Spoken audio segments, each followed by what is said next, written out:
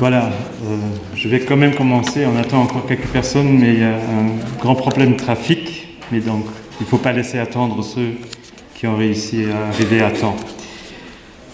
Madame la ministre, Monsieur le ministre, Mesdames, Messieurs les députés, que j'ai découvert un peu dans la salle, chers collègues du monde des ONG de développement et de la société civile, chers amis de la STM, permettez-moi de vous adresser ces quelques mots au début de cette soirée que nous avons placée bien au milieu des différents événements organisés à l'occasion de notre 50e anniversaire.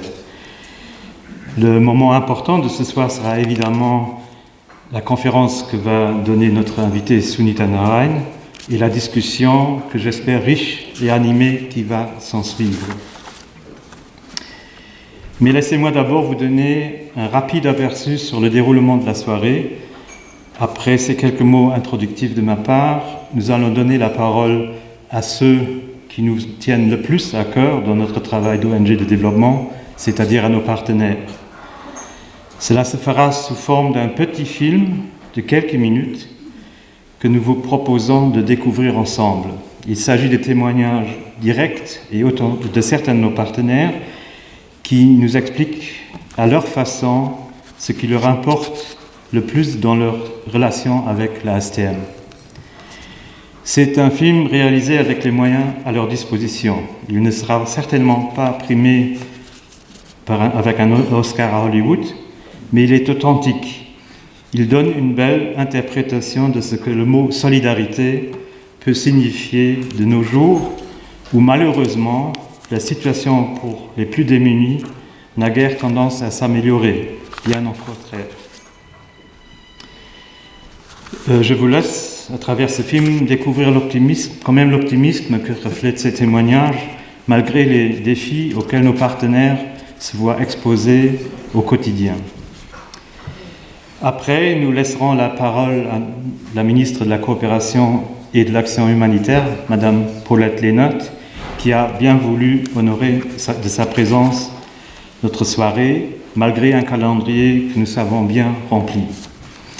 Bien le bonjour aussi à Claude Thomas. Je ne sais d'ailleurs pas si je dois le saluer au titre de sa fonction actuelle de ministre de l'Énergie ou en tant que militant de notre cause de longue date. Je profite de cette même occasion pour saluer les membres de la direction de la direction coopération au développement et de l'action humanitaire présents ce soir et je les prie de transmettre nos remerciements et félicitations également à leurs autres collègues qui, ensemble avec notre équipe et bénévoles projet, se livrent à un véritable marathon ces derniers jours pour clôturer le nouvel accord cadre que la STM co-signera avec le ministère dans les semaines à venir. Ensuite, ce sera Dietmar Mirkes de nous introduire au thème de la soirée et de nous présenter notre conférencière Sunita Narain.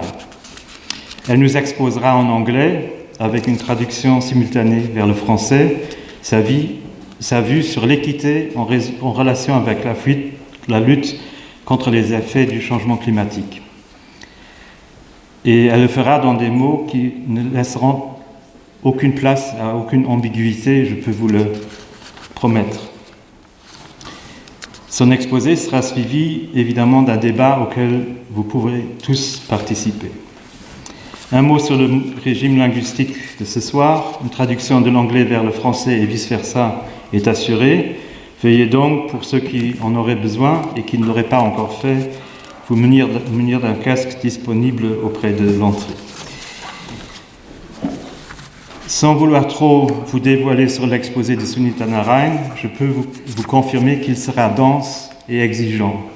C'est pourquoi nous avons prévu un moment plus convivial vers la fin, disons vers 9h, 9h15 ou plus tard, qui permettra à la fois de se ressourcer gastronomiquement lors d'un café dînatoire, mais aussi mentalement en discutant entre nous les propos entendus et pour passer en revue l'un ou l'autre moment que nous avons vécu au courant des 50 dernières années.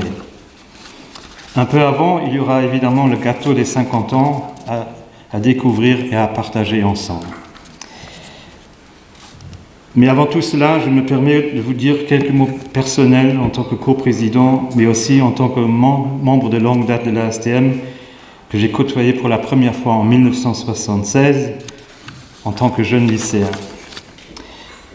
J'en profite aussi pour saluer notre coprésidente Monique Langevin, qui est dans la salle, et qui vient de revenir d'une mission au Brésil, aujourd'hui d'ailleurs, une mission certainement émouvante, qu'elle a visité un de nos partenaires de longue date, l'ANACOP, avec lequel notre partenariat viendra à terme cette année. Comme les conditions générales de cofinancement ont changé pour notre nouvel accord cadre, qui débutera donc l'année prochaine, et comme le Brésil ne compte plus parmi les pays pour lesquels un cofinancement à 80% est consenti de façon générale, la STM a dû opérer des choix douloureux pour ne pas réduire sa capacité d'intervenir auprès de ses partenaires en Afrique, en Asie, au Proche-Orient et en Amérique latine. Monique a tenu à remercier personnellement les équipes et les bénéficiaires sur place qui en plus vivent actuellement, donc on parle du Brésil, une situation politique très dramatique que personne n'aurait pu imaginer il y a encore quelques mois, quelques années. Notre invité de ce soir vient de l'Inde, un autre pays qui, à l'issue des négociations que les ONGD ont dû mener avec leur ministère de tutelle, a été rayé de la liste des bénéficiaires à un taux de cofinancement de 80%. Ce fut, il y a quelques années, le vol que devaient concéder les ONGD dans le cadre du fameux Zukunftspact, dont plus personne ne parle d'ailleurs, mais dont nos partenaires subissent toujours les conséquences. Je suis certain que notre conférencière saura mettre en évidence que l'Inde n'est pas à considérer comme un pays où les richesses seraient également réparties et où un travail de solidarité internationale n'aurait plus sa place. Excusez, Madame la Ministre, cette petite critique, mais je pense qu'un gentil rappel de notre incompréhension du maintien d'une mesure dont l'objectif initial n'existe plus, à savoir un trou béant dans les finances publiques luxembourgeoises, nous devrait être permis à cette occasion. Je ne m'attarderai pas ce soir à tracer les 50 ans de notre histoire et à expliquer les 3 piliers de notre travail, la solidarité avec nos partenaires au Sud, l'information et la sensibilisation du public, et finalement notre travail de plaidoyer politique. Je profite par contre de l'existence du magnifique journal que notre responsable de la communication a réalisé à ce sujet et qui se trouve sur vos sièges et qui fait beaucoup mieux que moi ce travail. Texte et images à l'appui, ce journal peut mieux que tout discours faire connaître ce que la STM a pu réaliser au courant des 50 dernières années et ce que sont ses projets et préoccupations actuelles. Pour ceux parmi vous qui sont ou étaient à un certain moment de la partie, vous y redécouvrez aussi l'un ou l'autre anecdote qui constitue elle aussi la richesse d'une association comme la nôtre. Ce soir, il me tient plutôt à cœur de remémorer 2 personnes sans lesquelles, très probablement, la STM n'existerait pas, ou plus, ou du moins pas sous sa forme actuelle. Je pense en ces moments à René Vesque, qui est à l'origine de l'action en formation de cadre, l'AFC, comme notre mouvement s'appelait au début. Dans le journal que je viens de mentionner, vous apprendrez un peu plus sur René, qui avait déjà pris le large pour s'investir aux 4 coins du monde dans des projets de la coopération européenne lorsque moi je suis venu à la STM. Mais il nous a néanmoins rendu visite à plusieurs occasions et il est resté un observateur parfois critique mais toujours solidaire de notre travail avant qu'il nous quitte définitivement en 2010. Une autre grande perte subie par la STM, il y a maintenant un peu plus de 5 ans, déjà 5 ans je dois dire, a été le décès de Guy Schuller. Ce fut incontestablement Guy qui a permis à la STM de passer le cap des années 80. Une période très difficile que j'ai connue moi-même de façon très directe en tant que jeune et premier et unique permanent de l'association au début. Il s'agissait de réussir la professionnalisation, peut-être même impossible de réaliser, donc parlons de professionnalisation, de notre mouvement, avec d'abord l'inauguration du CITIM en 1982 et l'accompagnement critique, mais appuyé des premières législations sur la coopération dont les lois sont venues vers la fin des années 80. Guy a su apporter discrètement mais efficacement des touches importantes à ce processus. Un processus qui risquait d'ailleurs de dépasser notre association encore jeune et fragile à l'époque. Qui constitue aussi pendant de longues années l'épine dorsale du Brennpunkt, dont la publication, faute de moyens et parfois aussi faute de combattants, était plusieurs fois menacée. Et à chaque fois, Guy trouvait une parade, soit en s'investissant soi-même ou en convainquant d'autres personnes à contribuer à la revue. Aujourd'hui, le Brennpunkt, qui lui était si cher, a non seulement su faire peau neuve, mais il s'est aussi doté d'une identité online qui permettra de renforcer les débats autour des questions du développement, ici au Luxembourg, mais aussi à travers le monde. Il y aurait évidemment encore beaucoup de remerciements à faire. Pour ne pas oublier l'une ou l'autre personne, je salue donc de façon globale nos donatrices, nos donateurs, nos bénévoles, les membres du CA, les anciens et futurs présidents, j'espère futurs présidents et coprésidents, les représentants des communes du Klimabündnis, les anciens collaborateurs et toute l'équipe actuelle de permanents de la STM qui a rendu possible que nous fêtons aujourd'hui nos 50 ans.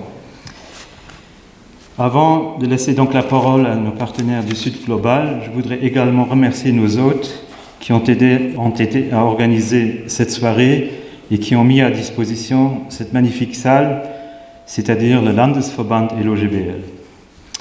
D'ailleurs, le slogan au-dessus de nous ici, vous le voyez, moi pas, mais je le connais très bien, pain, liberté, paix, colle d'ailleurs parfaitement avec les aspirations de la STM.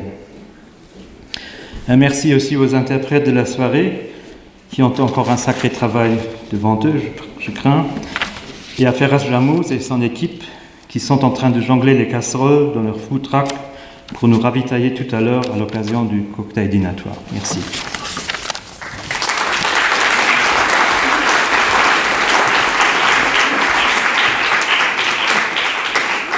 Un grand merci d'abord de m'avoir accueilli ici parmi vous pour fêter cet anniversaire. C'est un grand honneur, j'en suis très heureuse. Je revois des visages d'anciennes fonctions, c'est toujours un plaisir. En plus, toute la semaine est à la fête. Beaucoup d'acteurs de l'économie sociale et solidaire luxembourgeoise fêtent cette semaine des anniversaires assez symboliques et ça me réjouit. Donc c'est un secteur qui existe toujours, qui prospère et c'est une bonne chose pour notre pays. Aujourd'hui, nous célébrons les 50 ans de la STM.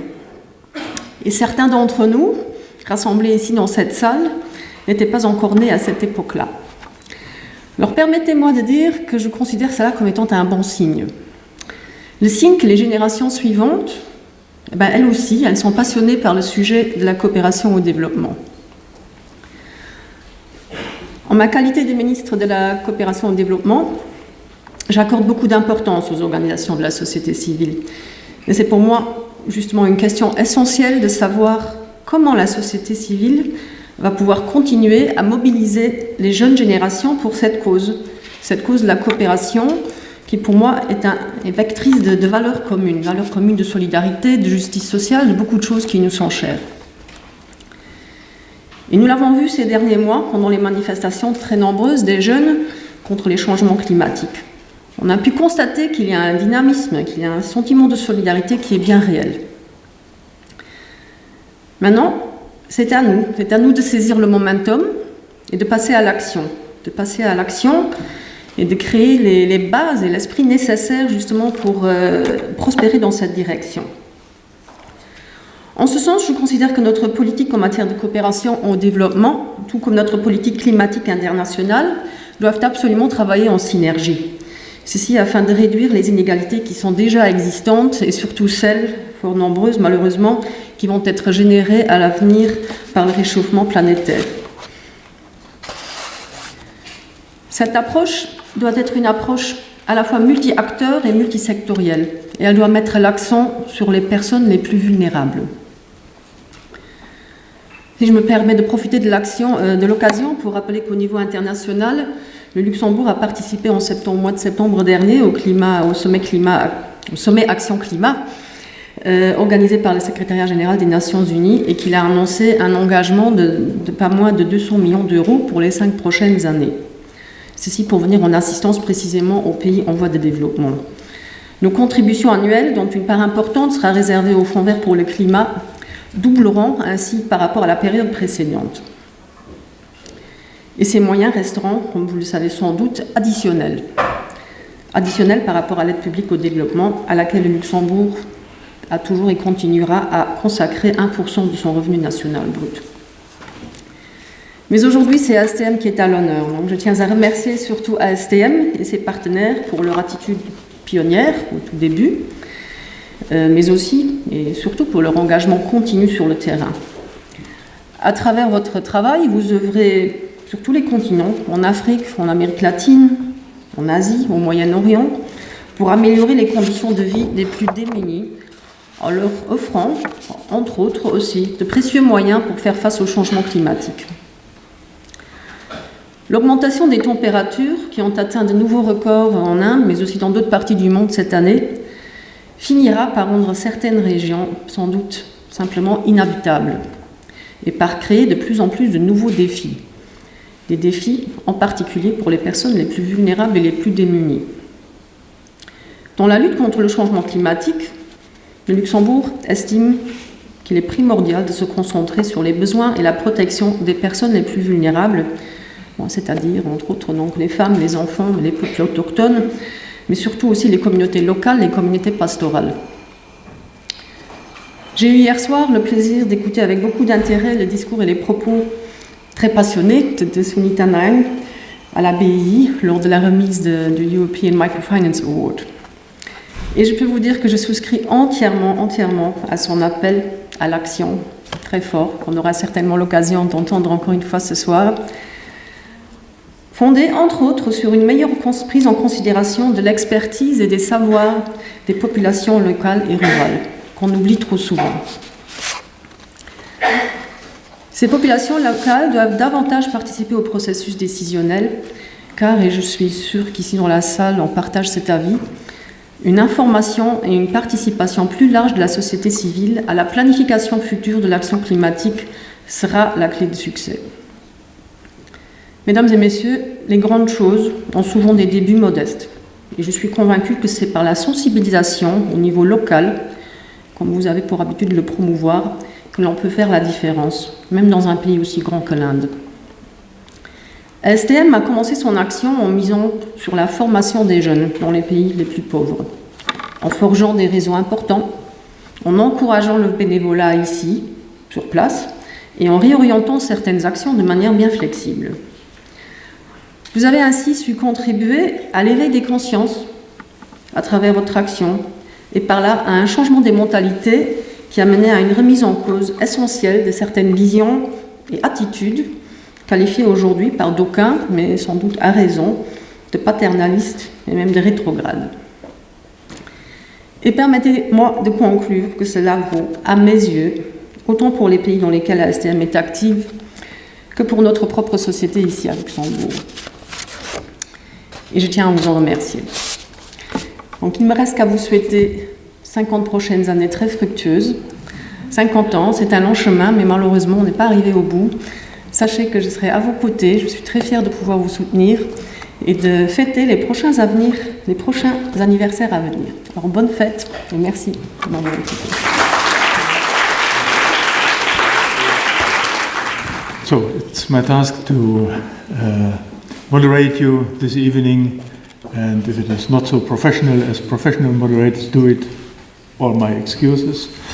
But we have not the habit to, for 50 years, this is only this time. So, as ASTM is also the founder, together with others, of Climate Alliance, we have Climate Alliance Luxembourg. 24 years ago, we always have been searching for the links between environment and development.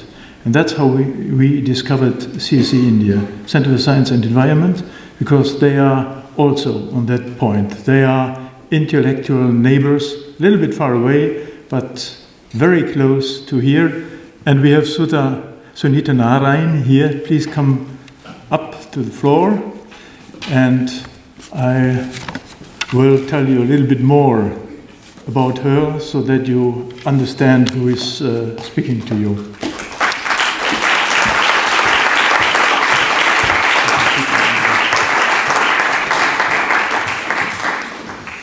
Sunita Narain is a writer and environmental campaigner. Since 2011, she is the Director General of the Center for Science and Environment, and she also edits the fortnightly magazine Down to Earth, which you can find, by the way, in our library Sitim.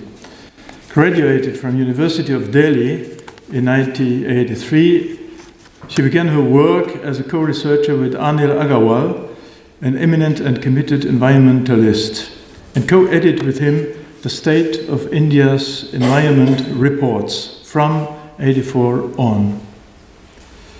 With Agarwal, she wrote several books, so Towards Green Villages, which advocated for local participatory democracy as the key to sustainable development. The importance of participatory democracy from the local level to the international level runs like a red thread through her entire work. Other books have been Global Warming in an Unequal World, Making Water Everybody's Business, on policy and practice of water harvesting. Then, Excreta Matters, which was the 7th State of India's Environment Report, a comprehensive analysis of urban India's water and pollution challenges, and in 2016, Not in My Backyard, what we often hear also, on solid waste management in India's cities. Water, air, waste, and pollution are the central issues in her research and publication. But writing and publishing is not the single occupation for her. Under her direction, CSE analyzed bottled water and then carbonated beverages for pesticide residue content. The study led to the setting up of the Joint Parliamentary Committee on Pesticide Residues in and Safety Standards for Soft Drinks, Fruit Juices and Other Beverages. During the last weeks of air pollution in Delhi was even an issue in our media. Sunita Narain has been actively engaged in seeking solutions for air pollution control in this content. Narain and her colleagues successfully advocated for the introduction of compressed natural gas in Delhi to reduce air pollution. I guess you will surely come back on this issue. As a campaigner, advisor, and organizer, she was and is in a lot of institutions in India, Europe, and North America. In India, she was a member of the Prime Minister's Council for Climate Change, as well as the National Ganga River Basin Authority, chaired by the Prime Minister, set up to implement strategies for cleaning the rivers. In Sweden, she was a member of the executive board of the Stockholm Environment Institute, with whom ASTM realized a study about Luxembourg's greenhouse development rights. She was member of the Swedish Development Policy Council and of the Commission on Climate Change and Development. In France, she was member of the scientific board of the French Development Agency. She has been member of the UNDP CSO committee in order to provide strategic policy and substantive guidance to the administrators of UNDP, and as Minister Leonard told us, she is also a member of the jury of the European Microfinance Award. Sunita Narain holds honorary doctorates of the Cranfield University in UK, of the University of Calcutta, of the University of Lausanne, and of the University of Alberta. I hope I didn't forget anything there. Okay. No wonder that she and CSE received various awards and recognitions. So in 2005, the Padma Shri Award by the Government of India, and CSE received the Stockholm Water Prize by the Stockholm Water Foundation, and in India, CSE was just awarded the Indira Gandhi Prize for Peace, Disarmament, Armament and Development. And I'll come soon to an end, yes, I'm sure. In 2006 and again in 2008, British magazines Prospect and the American magazine Foreign Policy included Sunita Narain among the world's 100 public intellectuals. Let that drop. And last but not least, in 2016, Sunita Narain was selected as one of the 100 most influential people in the world by the Time magazine. She, for her knowledge, has to lead to change. We will hear about that. And you, after having heard all that, you will surely agree with me that these are enough reasons to invite her as a speaker to celebrate our 50th anniversary and to be curious what you, Sunita, have to tell us. The mic is yours. Thank you, Peter. It's wonderful. I promised, I think, in 2009 to come, and I wasn't able to come. So I'm happy to be here, happy to speak to all of you and to share with you some of the issues. So when I was thinking about what I should speak, obviously climate change is an issue that concerns us, concerns you, and I wanted to share with you a perspective. But I work in Delhi, and I am fighting very hard to clean up Delhi's air. I mean, that's my obsession right now. And I'm absolutely determined that we will clean up. So I thought I should start with the story of Delhi, because I need you to understand what we are learning as we are trying to clean up our city. And we are learning some fundamental issues which I thought was important for me to explain and to see if there is resonance in what we are learning and what you see here. So you must have read about it. Delhi is facing a pollution emergency right now. I am on the Supreme Court of India takes a lot of effort to clean up. I am actually on a court-mandated authority, and I am part of the authority which has to shut down the city when pollution levels rise. So I'm happy to run away right now because I am sending messages from here to say last week we had to shut down the schools and we've had industry closed for the last 15 days. And you can well imagine that's not easy. So I'm actually happy not to be in Delhi at this moment. For that, I'm back tomorrow, and day after is supposed to be a clean air day, so I'm fine. But for the moment, what is good, and I want to share that, is that there is a lot of concern in my city. People are outraged, people are angry about the state of pollution, they care about the health of their children, and they want things to be changed. We have shut down coal-based power plants in the city. We have actually shut the use of all coal use in the city of Delhi, and we have banned pet coke import, petroleum coke import into India. We have banned the use of petroleum coke in the region. We are moving to cleaner fuel. So the long and short of it is we are far from getting clean air today, but we will get there because we are today concerned enough to fight and to get somewhere. But that's really, and the big thing that I wanted to emphasize is that finally we are also disincentivizing diesel. I know that's a big issue in Luxembourg, so I wanted to put it out there that we are working very hard to get rid of diesel. I've had a lot of problems with my European friends on diesel because we have been fighting diesel for a long time, and I don't know why Europe was so keen on diesel for so long. But I'm happy that you're now fighting it as well, and that's good. But that's not what I wanted to discuss. What I really want to discuss is what we are learning from this fight. Two things. One, we are learning that we cannot take an incremental route to clean up, and I will come to that. And two, we are absolutely clear today that if we do not have inclusive and affordable growth, we will not have sustainable growth. Why do I say the first?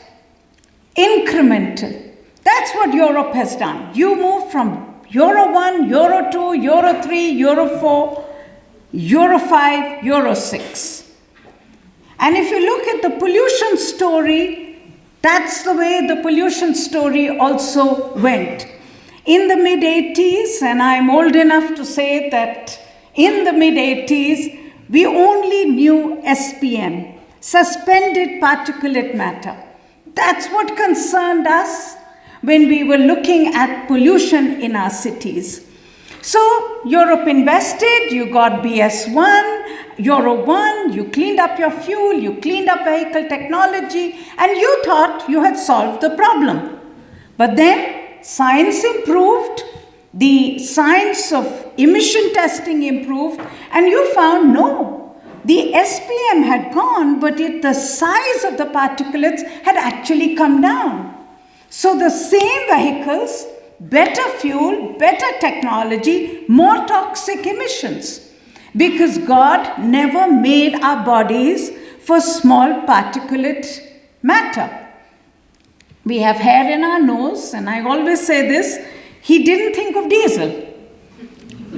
So the small particulate matter goes through our bodies, and that's when, then again, you invested, you cleaned up your fuel, you improved your vehicle technology, you put your particulate traps in the vehicles, and again you thought you had fixed the problem. But no, you discovered that as you reduced the number of particles emission from the vehicle, you had to increase the burning temperature. And when you increase the burning temperature, you actually had higher NOx emissions. And that's when all of the vehicle technology came back and said, oh, we now need a DeNOx catalyst. And you put in a DeNOx catalyst, expensive emission controls, improved your fuel further, and again you thought you had fixed the problem. And that's when Dieselgate came in. And then you discovered that no, you actually have a fundamental problem, that it's very difficult to get that level of emission control in your vehicles. And at the end, and the reason I'm telling this story is that this is relevant for us in India. You know this story, this is yours. But I tell this story in my city because I want people in India to learn that this is not sensible. Maybe it works for Europe, but it actually doesn't work for Europe. Because even in Europe, even as you've cleaned up each generation of your vehicles, you've added number of vehicles on your road. And today, greenhouse gas emissions, one of the biggest contributor is transport. So you never dealt with the number of vehicles. You essentially dealt with cleaning up the backside of every vehicle. And that didn't work. And the point for us is we cannot afford this cleanup model. You keep cleaning up and you stay behind the problem. We don't have the money or the resources to do so. And I would actually question whether anyone in the world has money and resources to stay with this model, where we keep investing in cleaning up and we stay behind the problem. Today, what I liked was that you're actually thinking of removing cars. But just think how long it took us to actually come up with this idea of saying, let's replace our roads so that we have tramways and cycleways and walkways, and think about doing less with less cars. And I keep thinking of that incrementalism, which actually took us to the point where we could have started off with. And that's where we are today. So when we began our pollution work in Delhi, we said, and this is in the late 90s, early 2000, we said, and it was very contested, it was a bitter fight in the city. It was also said to us that it's never been done in the world. We said, don't go the Europe way. Change the fuel, go to natural gas, and you actually get a leapfrog so that you can get a 10-year advancement in the emissions. And that is really where we are today. And we are saying in Delhi, we need a second leapfrog. We cannot afford incrementalism. We cannot afford to stay behind the problem. We're too poor a country to keep investing and staying behind the problem. And this is also why it will never work for us. Less than 20% of and Delhi is a rich city of India, owns vehicles or commutes by cars. Yet cars take up 90% of the road space, 26% of the city of my city is under roads, flyovers, petrol pumps, every paraphernalia that belongs to cars. And with only 20% of Delhi driving, we are already polluted, we are already congested. So the question that we ask is, where is the space for the remaining 80%? Where is the airshed for the remaining 80%? Where is the road space for the remaining 80%? The question that Delhi is asking is actually the question that the world should have asked when it comes to climate change. But we are asking that question.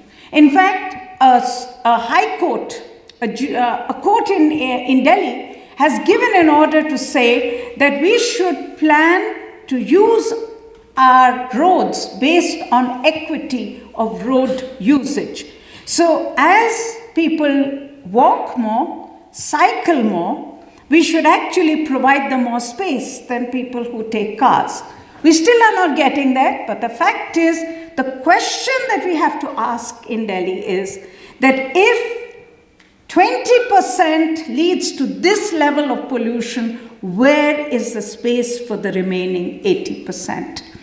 So if we want clean air in my city, the message to people in Delhi is that we cannot get clean air unless we redesign our mobility system. Until we move people and not cars, we will not be able to clean up our air. And if we don't make space, the rich in my city, people like me don't make space for the bus or the cycle, we will not get clean air. And the opportunity exists because most of my country, most of the cities in India actually still cycle, still take a bus, still walk, because they are too poor to buy a car. But as we industrialize, we will obviously go in for cars. So the opportunity is we walk, we cycle because we are poor. Can we walk, cycle, bus when and because we are rich? And not go through this entire transition that you have gone through, which is that you first get your cars and then you take them out of the roads. We can actually think of doing things differently. But, and that's the point I want to make, it's not that simple. The poor in my city cannot even afford to take a bus. They cycle and walk.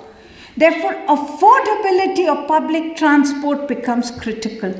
You cannot build an expensive system unless we provide access to the poor. But at the same time, the rich will not move to public transport unless it is modern, convenient, safe, with last mile connectivity. So we have an enormous challenge, and that's the question of cost. We have a challenge to augment our public transport system when people are poor, and to do this so that it works for the rich as well. So we need massive investment and we need massive subsidy. But what is very clear is that if we do not have an inclusive transport system, we can never have sustainability. We can never have clean air unless we can reinvent our transport system so that it works for the poor and for the rich. And that's really where Delhi is today, grappling with how do we fix this. But the good thing is the realization that the airshed is one. It includes the woman who cooks her meal using biomass and so is exposed to emissions. I keep calling this the world's wicked problem, that today there is a lack of clean energy for women and they have to cook their food using biomass. But her emissions go into the same airshed. The industrialist who uses cheap and dirty fuel, coal, pet coke, or anything else to run industry because he needs to be competitive in a globalized world. Remember, the whole basis of globalization is that we export our needs to places where they can afford to discount the cost of environmental protection as much as possible. You need cheap goods, and we have to produce cheap goods in a way that our industry then discounts the cost of clean energy. But that pollution also goes into that same airshed, my airshed. And the same airshed also has the middle class who drive the SUV. So the question really is, and this is really what is coming out so clearly in the city of Delhi, when the farmers burn their crops, crop residues, and that pollutes the airshed, the question is the farmers need alternatives. The farmers need money so that they do not have to burn the straw, that they get paid for it. They get paid for the value of that straw. So the challenge that is coming is that clean air is only possible when you actually provide for the needs of the poorest. Because if you don't provide for the needs of the poorest, the rich won't get clean air as well. And this is important because air pollution is the world's biggest equalizer. Climate change is another one, but air pollution is one that we are faced with in Delhi. So when it comes to water, India has enormously polluted rivers. But frankly, we don't care. As middle-class Indians, we feel very sad that our rivers are dying, but really, it doesn't bother us because we have already moved out of the municipal water systems. We drink bottled water. But when it comes to air, it does not work. So even if we install air purifiers, we still need to breathe. And that is the biggest equalizer. The rich and the poor, all part of the same airshed. The rich cannot opt out of that air. Therefore, if you want clean air, you have to think of inclusive growth, of affordable mobility to affordable clean energy systems. And that is turning out to be a fascinating issue in my city, because that's making us live sustainability in a totally different way. So yes, we also have middle-class environmentalists coming out on the roads today, talking about their right to clean air and then driving home in their diesel SUVs. But at the end of the day, those middle class environmentalists will never get clean air unless they can provide for that last woman so that she gets her right to energy. Am I doing something wrong? No, I do something for you. I bring you water. Okay. I'm fine actually. Okay. So I want to move from my air pollution story, which I live and breathe every minute of the day in my city. I want to now discuss climate change because it is also very real. It is real in our part of the world. I keep getting people who come and tell me, oh, but you know, climate change is happening and you should. I keep saying, but we know climate change is happening. You know, you don't really have to come and tell us that climate change is happening. But what I find interesting is, so we were discussing with the minister here that we were both in Rio. But I can only say, I'm not sure about you, but when I was in Rio, I didn't think I would see climate change impacts. I have to confess. I used to always think, yes, it's real, it's going to happen, I believe the science, but I'll be dead by the time it happens. Or, in Rio, we definitely had the innocence to believe that we would change the world, that it would not happen. But I am personally, and I think we need to understand the speed at which climate change is happening in our world is something that we had never ever thought about. The speed of the change is just incredible. It is leading to variable weather events. It is leading to devastating impacts on the poorest, who we must remember are not responsible for the stock of emissions in the atmosphere. The poor in the world are victims of climate change. But their crisis of livelihood and of survival will make the world more insecure, will make our world more insecure. And that is also something that we have to remember. So the inconvenient truths are as follows. One, climate change impacts will not be confined to the poor only.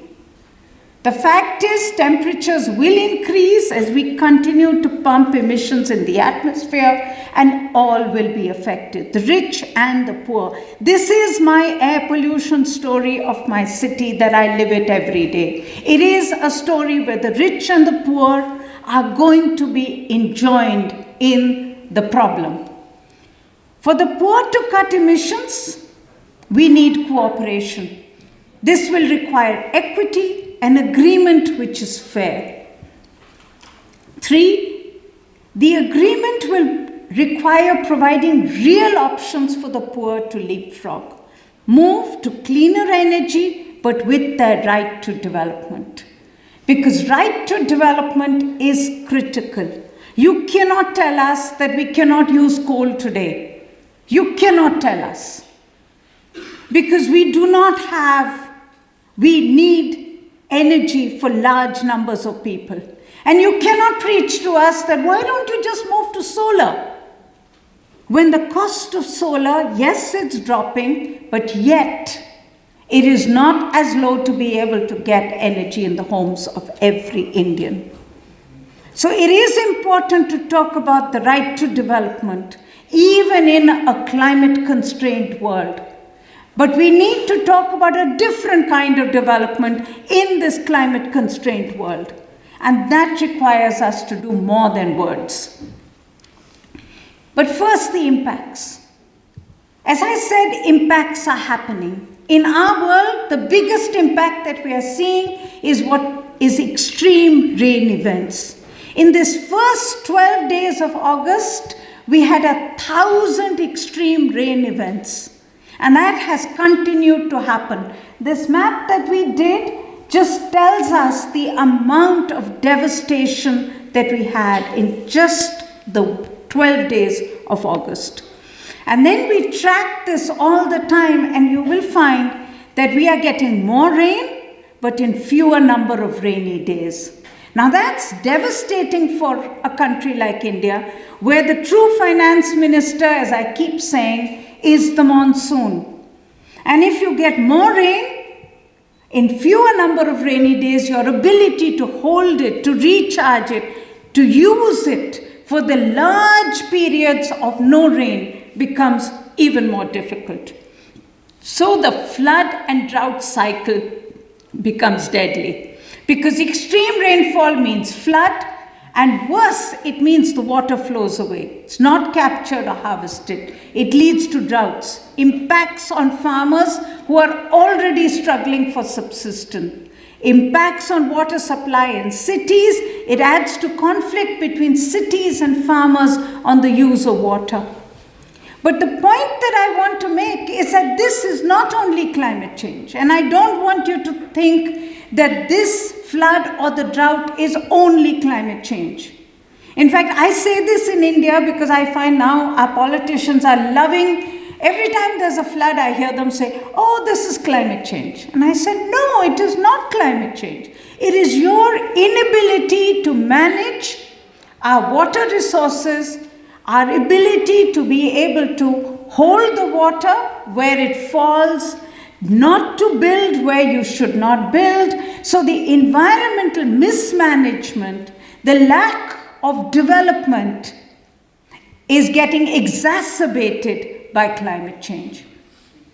That is the point that we have to understand, that it is a double whammy, that it is bad development or no development, lack of development, which today is getting exacerbated because of these extreme rain events that we are beginning to see. So that's the double combination that we need to deal with, that we need to fight in our countries.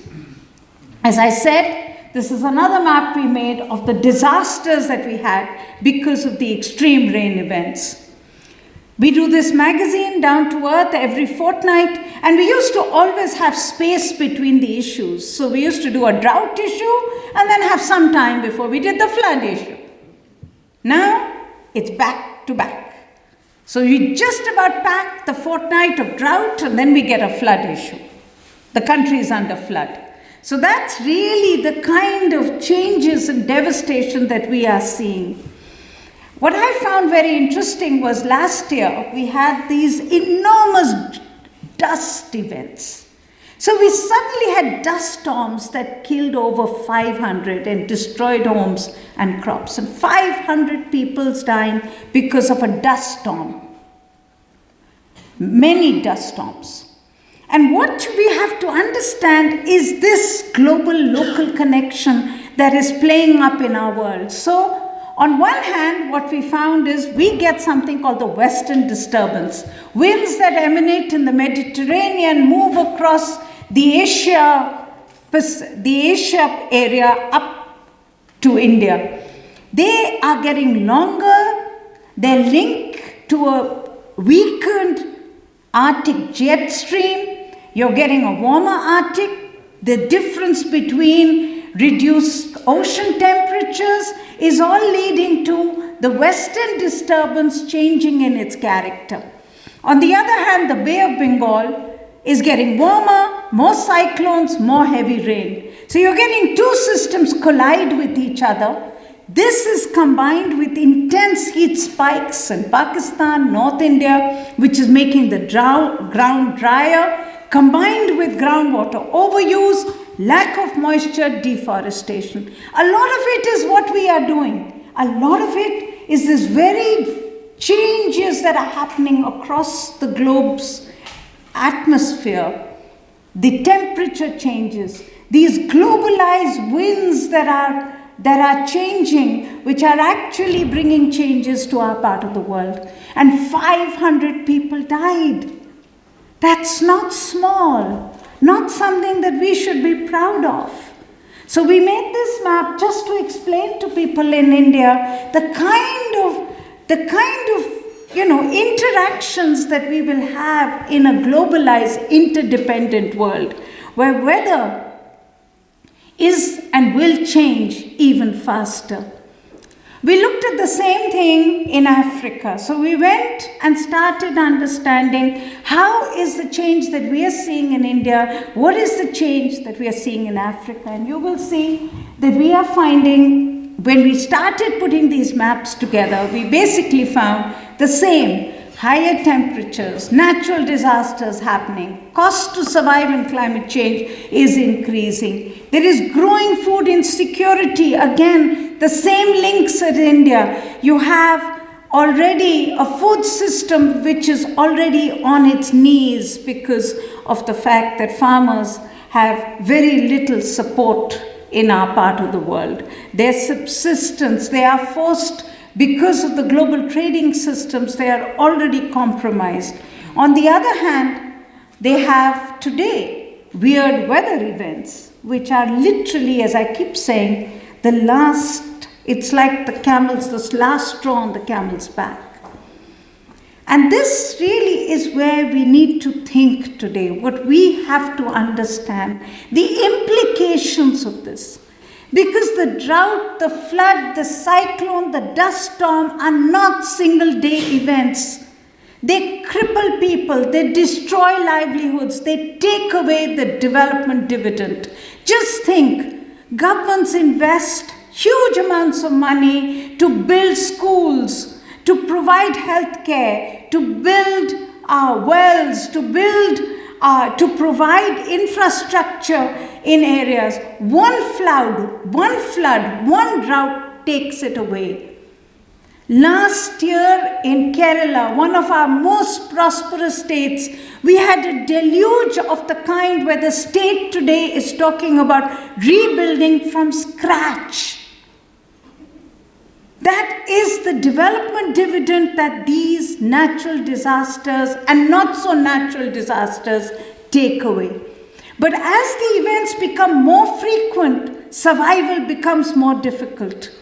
Because now what we are seeing is, it's not a once in a 5-year flood. It's a once in a 1-year flood, once in a 1-year drought, a typhoon, a cyclone. And as a result of it, what is happening more and more in our countries is people are moving, people are migrating. They first migrate to our cities, they migrate to different countries. And all I can say is that the worst debate that is happening in our world is on immigration. It is vile. And I'm not talking about Europe.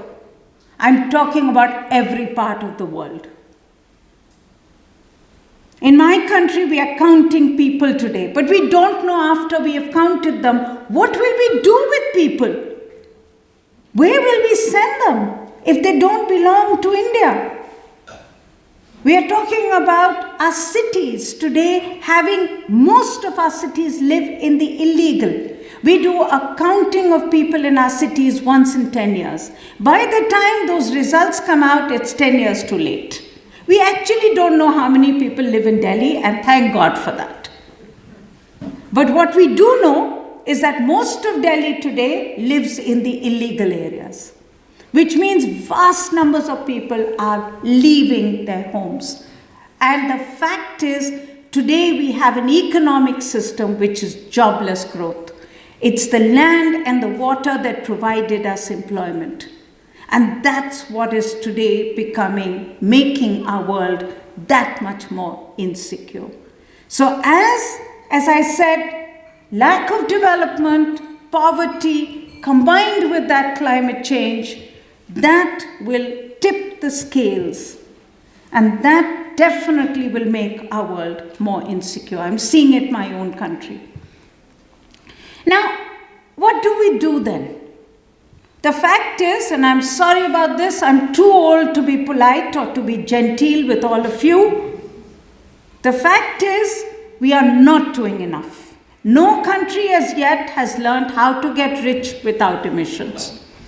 We are still using coal, even though the US has moved from coal to gas, and Europe is now, I was very happy to hear from the minister, you've been pushing back and pushing coal away, but on the other hand, transport emissions are still increasing, efficiency gains are being negated, and most countries still want to keep the price of energy low.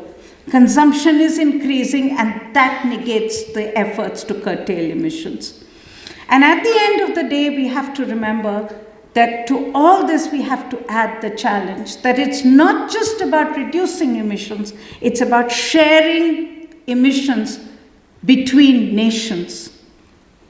We also know emissions concentration is temperature rise. We also know we are not doing enough. The latest data that came out last year from UNEP, and UNEP I always believe is a very, very fairly conservative UN organization. So if UNEP is saying it, it has to be even worse than that. That's my normal approach. Okay?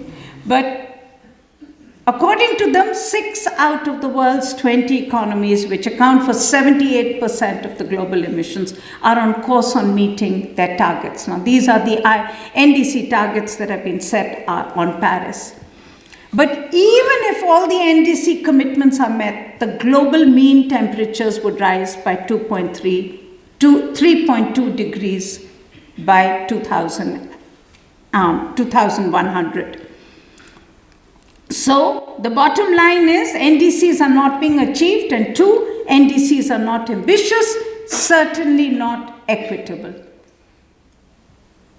So negotiations in climate change are really about the economy and not the ecology. And that's really why these negotiations have been so contested. I find today that not only have we not acted fast enough, but we are finding new excuses and new words. I find this very word net zero very, very problematic, because I've grown up enough to know that we had CDM, which was creative carbon accounting, and it ended up with finding the cheapest option in somewhere else in the world, which actually added to the problem, both of accounting, measurement, and actually getting effective action.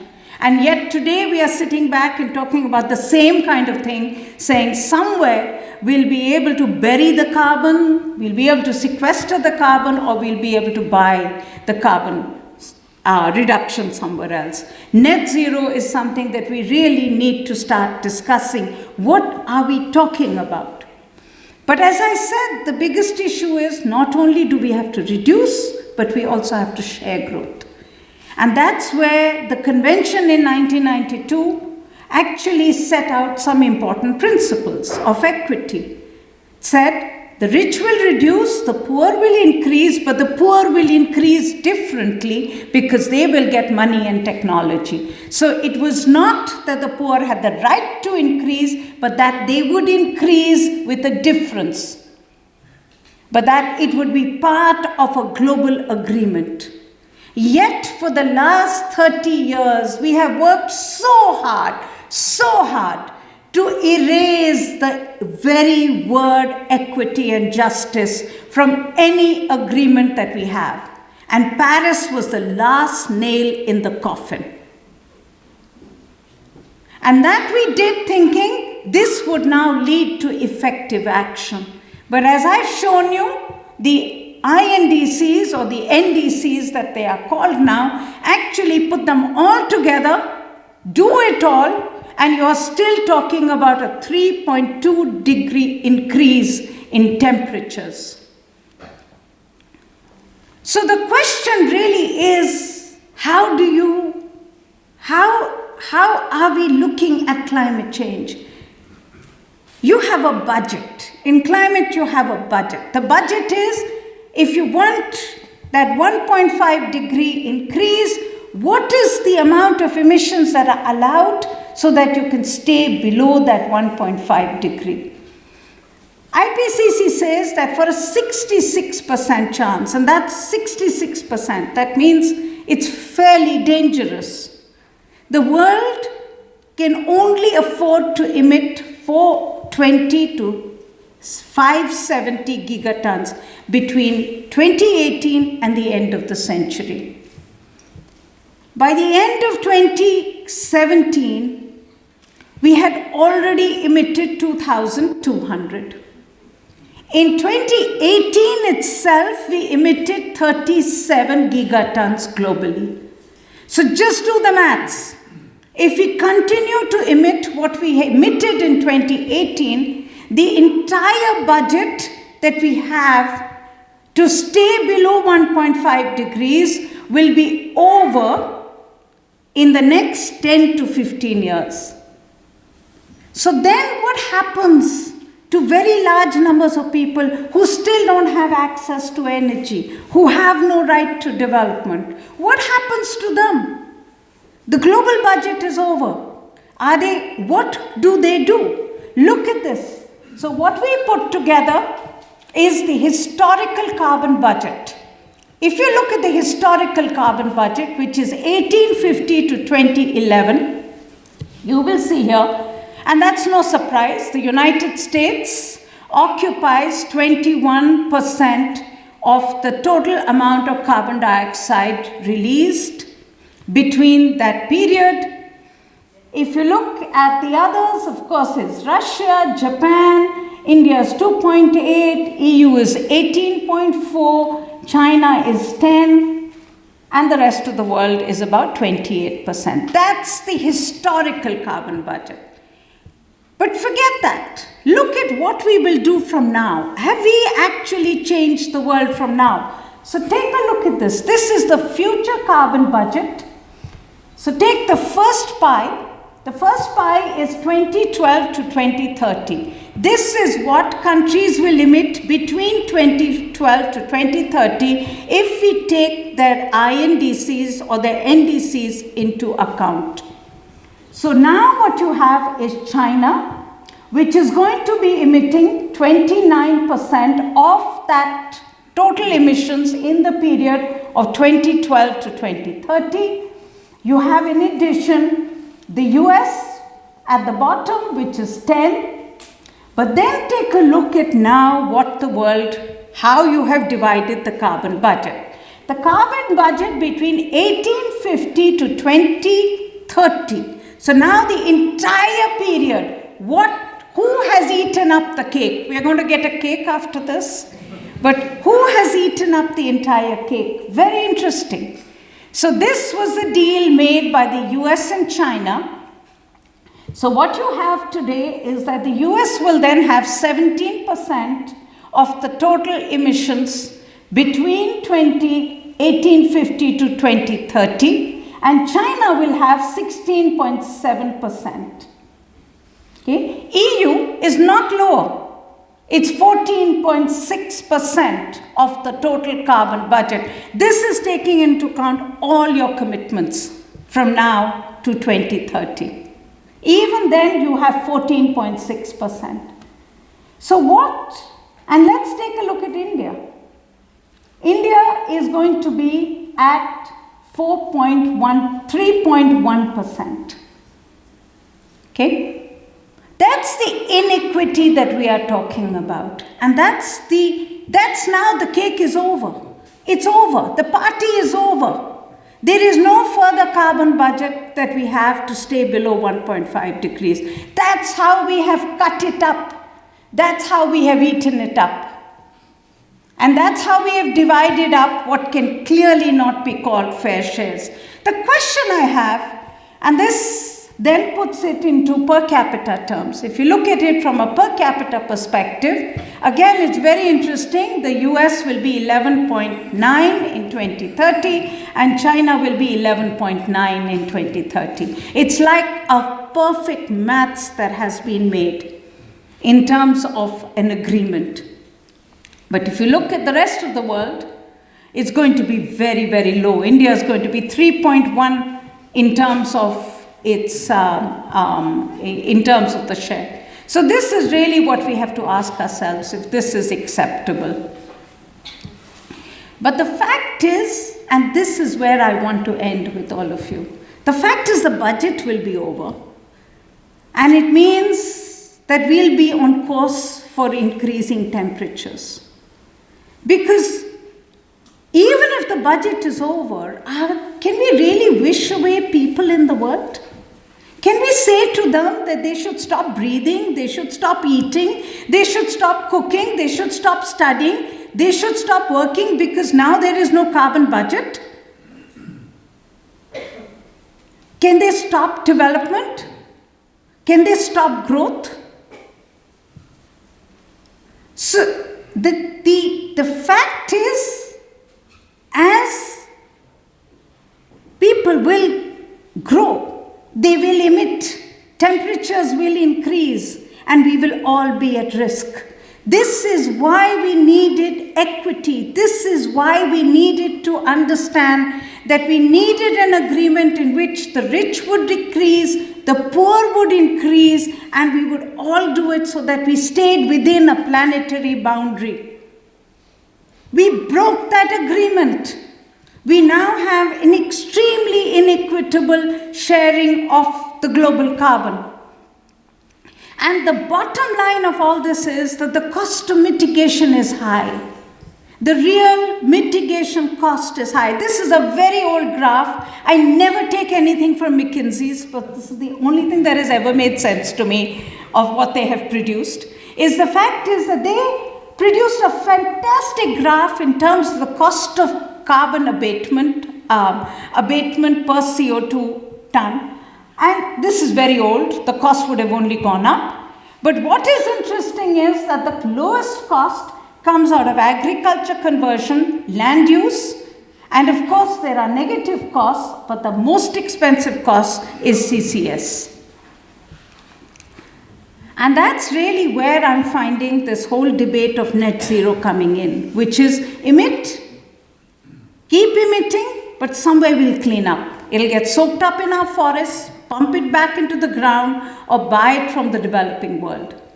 And I am really worried about the new games that are afoot, because the forests of the developing world are not, they may be the cheapest option to sequester carbon dioxide, but the fact is they are not wilderness. They are habitats and livelihoods of the poorest.